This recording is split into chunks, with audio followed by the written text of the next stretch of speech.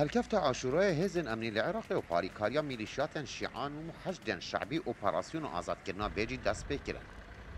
وهزن نوفريشان رخراوة داعش تيك بشكينا فصائل المقاومة الثابتة في هذا القاطع. گروپین برگیری دوی کرده دا رولکی برچاو و نایاب هبونو گلک قربانی جه شهیدان دان و ده همان دم دا چندین آمر تکش کاندن و چندین حشارگه هنچک و تقمنی پقاندن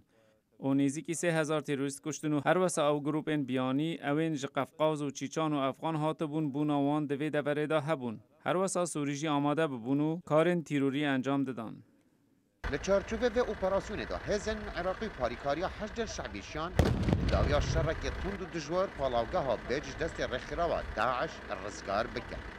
تم السيطرة على هذا. امدکارین بیجین که افریا به شیوهی که گشتی لسر دستین پالوانین برگیری هاتا کشتن و کنترل کرن و مدز بسر وی کرتا هستیار داگرد دا کو ریا کمک و یارمتی لبهنه برین کو افریا هرشا و مترسی لسر هیلا پالاوگه پیدا دکر جارجاره ده هاتا برین لسپاس بو خوده کو گلک ج تروریستان هات نکشتن و حتی وی روز 5 ماشینین وان هات نتکشکاندن 5 ماشین کو چکی تاکی لسر بون هات نتکشکاندن و هر جدوهی و حتی ویدمی شر بردوامه و بردمان لزوربه کرتان و جهمی پیکاتن خوراگر بردوامه و کارن وانجه سرنجو نایابه.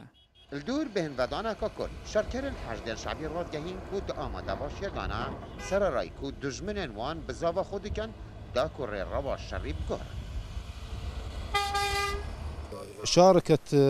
عدة من الآليات بچند امیر و چکینگیران بشدار بوین جوانا زریپوشن برانز و ماشینن سوک و ناونجی به بشداربونا هجمار کاکیم امشیاین ده چند دمجمیران دا هرم همیه کنترول بکین. تمكن اليوم من السيطرة على شيان افرو بشويه كي گشتي بالفگه کنترول بکن و چند دورین کیم مانه ام وی گاوی لناوه بالفگه راوستیانه و دورکا کیم جی بالفگه مایه و دبیجن وان گو حتی داویه هناسامه دیل وربن.